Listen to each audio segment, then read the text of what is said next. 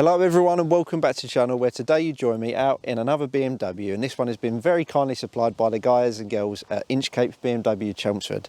If you don't already follow them, give them a follow. They sometimes have some really nice cars in the showroom, and they've currently got a really nice customer's car, 2002 turbo.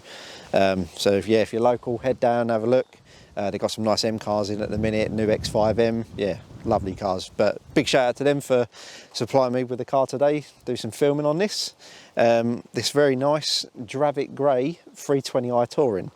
So yeah, well, it's still an M Sport car, but it's not obviously an M Performance car, so we're not going to go driving out as much as we do in the other videos, sort of like looking at the performance side of things. Today it's just going to be sort of looking more at the touring features of the car. We'll still do a little bit of driving. I've driven it out here, it's quite a nice drive actually, to be fair. Nice and comfortable, nice and refined. Now, being the 320i model, it's got the 2-litre turbocharged engine under the bonnet, coupled up to an 8-speed automatic gearbox. Being 8-speed, that means you're going to get some lovely MPG figures on a long run on the motorway. Even around town I think it's pretty good as well, because of the gear ratios and that. I think it runs in quite a high gear, probably 5th gear at 30 miles an hour. 184 horsepower from the engine. You're not going to be breaking records on it, but it's a nice little bit of poke to it, just for the people that want to know. I think the 0 to 60 time you're looking at about 7.8 seconds, so not too bad really for the size and weight of the car. Yeah, it's not X-Drive either, it's rear-wheel drive, so yeah, not too bad really. Now, for the 3 Series Touring, you're probably looking at just shy of £40,000 for a base model, but this being the M Sport 320i Touring with the Dravic Grey metallic paintwork, which has got a very nice bronze flake to it. I really like it. And I think everything inside is pretty standard except for the black Vanasca leather with the grey stitching. That's another optional extra. But one of the other main reasons for filming this car today is because it has the new operating system 8, or iDrive 8 system, with the new curved display, which is first come out on some of the electric cars. We've seen it in the new M3 Touring, and now it's starting to trickle its way down into the lower model ranges. So yeah, I've been playing with that on the way out, so we'll jump in and we'll have a better look at that system. Now, I'm going to have to be quick when I jump in the car here, because you get a nice little tone and a little display on the heads-up display when you sort of open the car to greet you, which is something new for the operating system. So if we be quiet.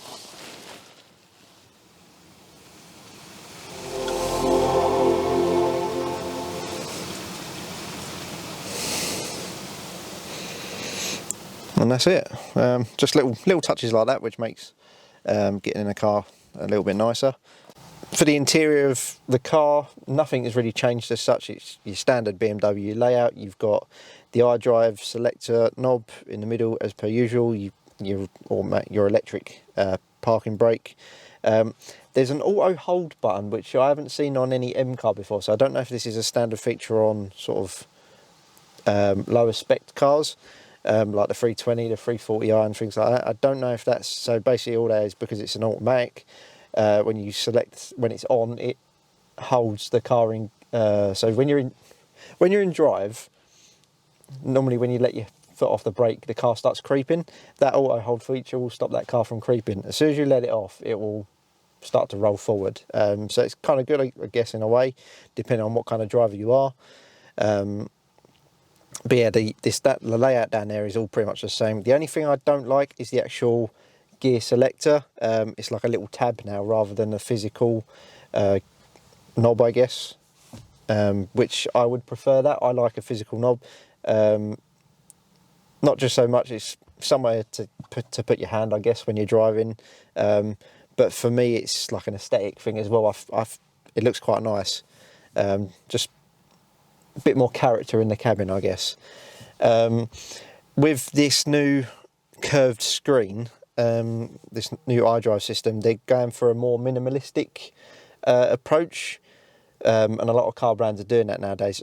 Personally, I'm not a fan. Like I just said, I prefer a physical button. So along this bottom row here, where your climate control settings, your buttons and that normally are, they're not really a physical button anymore. They're more touch.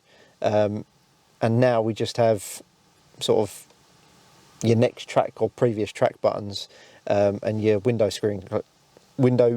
clearing buttons for the climate control. Your actual climate control settings are on this sub menu up here. You got sort of your passenger and your driver's side dual climate settings, but your actual climate control is on this sub menu, and it's all touch. Now, my biggest bug with these, and I've driven they're even coming out on vans now, is that with a physical button, you don't have to look away from the road when you're driving to find what you want.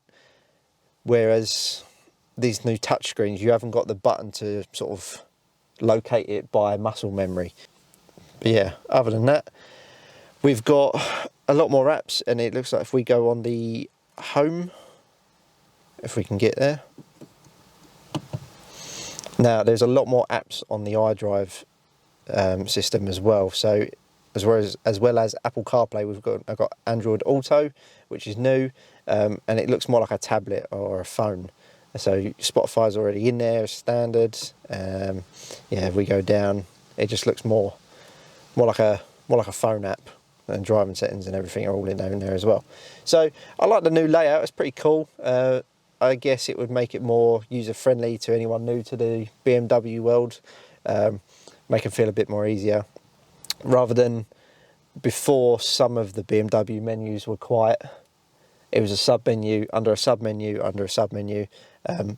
Whereas this is going to be a bit more quicker and easier to work your way around. Now, as well as the steering wheel is pretty much the same. Like I said, it's auto, so you got some flappy paddles on the gear stick and on the steering wheel. But other than that, everything is pretty much the same. Now, if we just start the engine, this beastie 2 litre into life.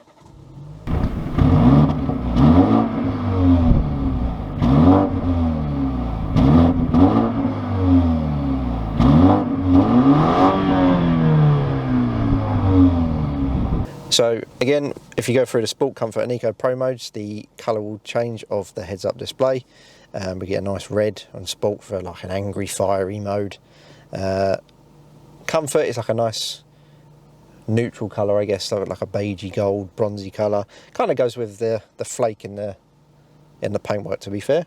And in Eco Pro, we've got a nice blue. Now again, you've got some nice funky heads-up display. We go through the content menu just like that. We get your maps, your sat-nav, sort of the direction you're going in, some warnings and prompts, and then just a basic speedo. Down at the bottom there is a G-force meter, which everyone likes a G-force meter on track. I've never been a lover of Porsche's and Audi's sat-nav where it's built into the instrument cluster.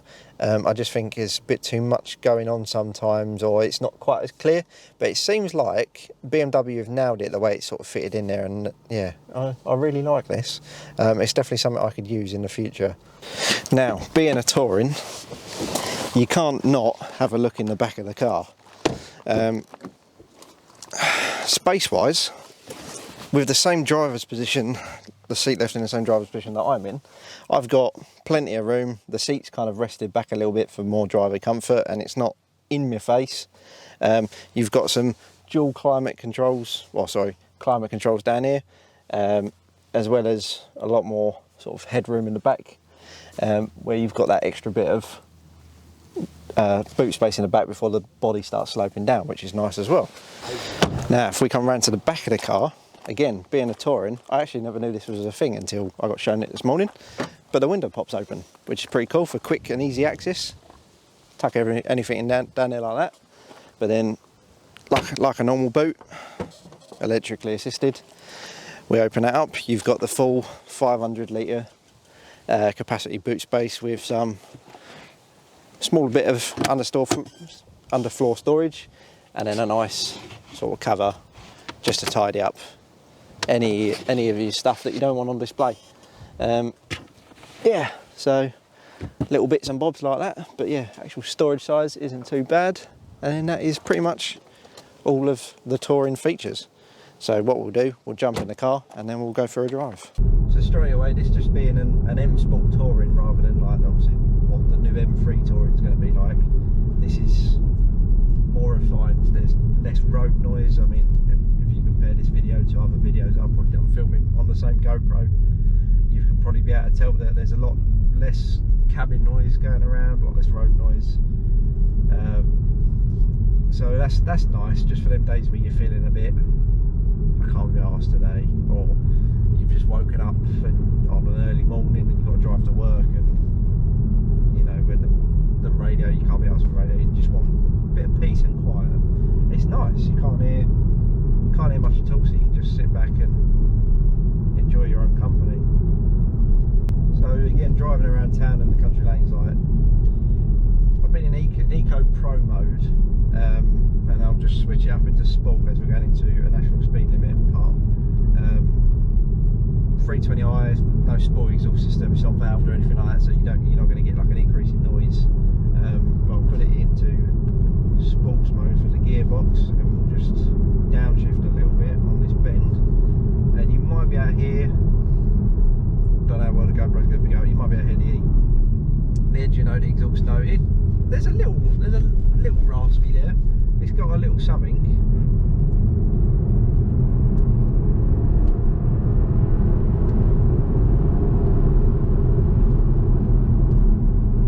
I think it's too quiet for what the GoPro can pick up, but yeah, 320i and the auto gearbox, it changes nice and smoothly. There's no judderiness or anything like that, I think, because obviously it's a smaller gearbox and a smaller engine, less power. You're not going to get them kangarooing effects when driving around town, so it's sort of a nice all-round gearbox. But it does pick up pretty well, even in, like, obviously you got your Eco, Comfort and Sport mode, so whatever mode you're in really, Eco or auto in Sport or manual shifting in Sport, yeah, it's still quite nice. Even wanting to sort of drive it in a fairly sporty manner around the lanes, the actual handling of the car is pretty good. I can't feel any major roll in the bodywork. I'm not going around corners sort of hanging out, sort of rolling around the place. The chassis itself is handling the road pretty well, but these standard seats, they're nothing special. They're just the standard seats that you get in the car, and they seem to be holding me pretty well.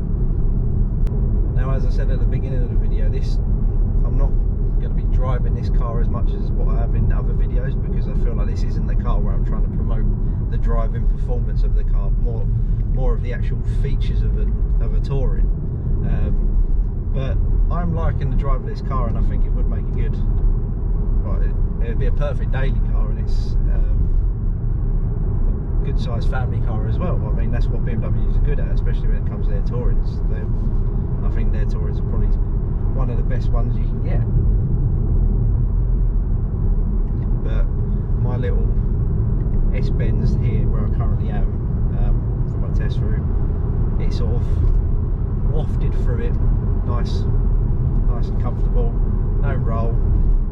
You can feel it sort of take the bumps pretty well, no potholes. Now I'm going to test the suspension here, because there's one bump here, and every M car you sort of hit it and it's a bit, so yeah, that's quite, I mean, you can still feel the bump obviously, but not bad.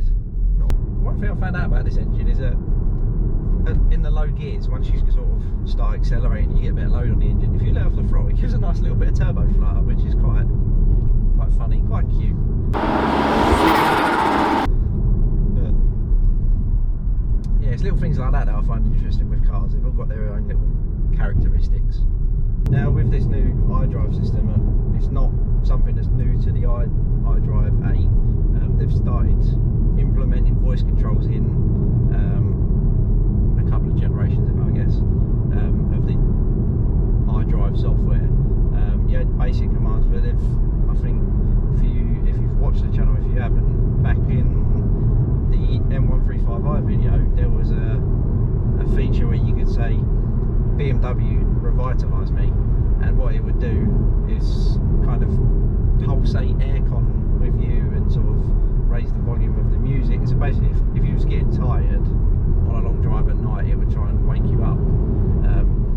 So I think they've started coming out with these sort of features. Now on this one, as well as the driver having the voice control prompts and stuff, and you can adjust the aircon on temperature. You can say I'm cold or I'm hot, and it will increase or decrease the temperature accordingly, just by voice commands. Now, one thing that's new on this that I found out was quite interesting, I got told this morning, was that it can tell the difference between whether it's the driver that's asked for a command or the passenger. So if the passenger says they're hot or cold, it will activate the dual climate control and adjust their side of like temperature, or your passenger or driver side, which I think is really clever and really cool. So yeah, things like that. People are always thinking of like these new ideas and stuff, which are quite cool and interesting. But at the same time, you think, well, I'll just press a button and it's done. But yeah, like it's cool. I love technology and the way it's advancing in cars and stuff, and how they're always trying to make your life easier. So yeah, things like that I can appreciate. So final thoughts on the car. I actually really like it. It's comfortable, it's quiet, it's fairly tame. Performance wise, it's not too bad. There's a little bit of go there, but the economy, I think, is probably one of the main features why you'd get a 320i and a touring. So in my whole sort of time with the car driving, when I picked it up this morning, it was on a 180 mile range. I've probably driven in total maybe about 50 miles by the time I'll hand the car back. Bearing in mind that's been all manner of driving through town, eco mode, sport, comfort, revving it a little bit for video's sake, and it's still saying 137 miles of range, so it's pretty bang on with the figures, and I think you're probably more likely to get more than 40 miles per gallon on a long run. I reckon I think it's very achievable. So that is me pretty much done for today. I'm on my way back to hand the car back to Untitled BMW. If you don't already, give them a follow on Instagram. They have some pretty cool events going on from time to time, and they have some nice cars in stock as well. That is very nice. So yeah, give them a follow. Let us know down below what you thought of the 320i Touring and what you think of the new iDrive 8 system, the new full screen. I know it's a bit love and hate with some people. Some people prefer like an old analog dial, but like I said, I'm a sucker for tech, so I like that. And yeah, no doubt I'll be working with them again shortly, and I will see you on the next one very soon. Cheers.